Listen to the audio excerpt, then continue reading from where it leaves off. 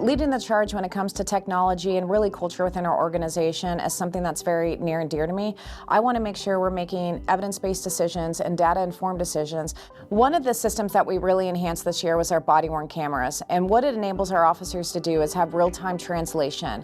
So should someone come up to them that is speaking another language other than English, in real time, it will begin to translate the information for the officers. I was looking for a place where I could take the car in to change the tire. Making sure that we're meeting the needs of our community.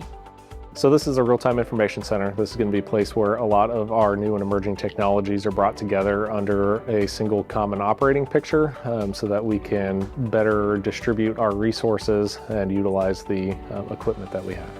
If an agency is not evolving, they're going to become obsolete. And so having tools and equipment and resources that our officers can go to streamline their investigations, to help with successful apprehensions, to help even when it comes to missing adults is extremely important. This area will be able to integrate new and existing technologies such as our automated license plate readers, our Drones as First Responders program, our existing patrol-led drones, our traffic cameras, and various other systems into one common operating picture. So it will increase the safety of our community, and that's something we want to be on the forefront of. This training center is first and foremost an investment in our residents.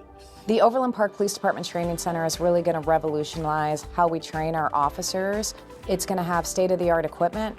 It's going to have not only large and small classrooms, it's going to provide a collaborative space for us to host regional training and bring in other agencies so that we can train together. When you look at police reform and evolving a police department, at the root of a number of those things is how you train your people. And making sure that we're training them to our expectations and to our community expectations is extremely vital.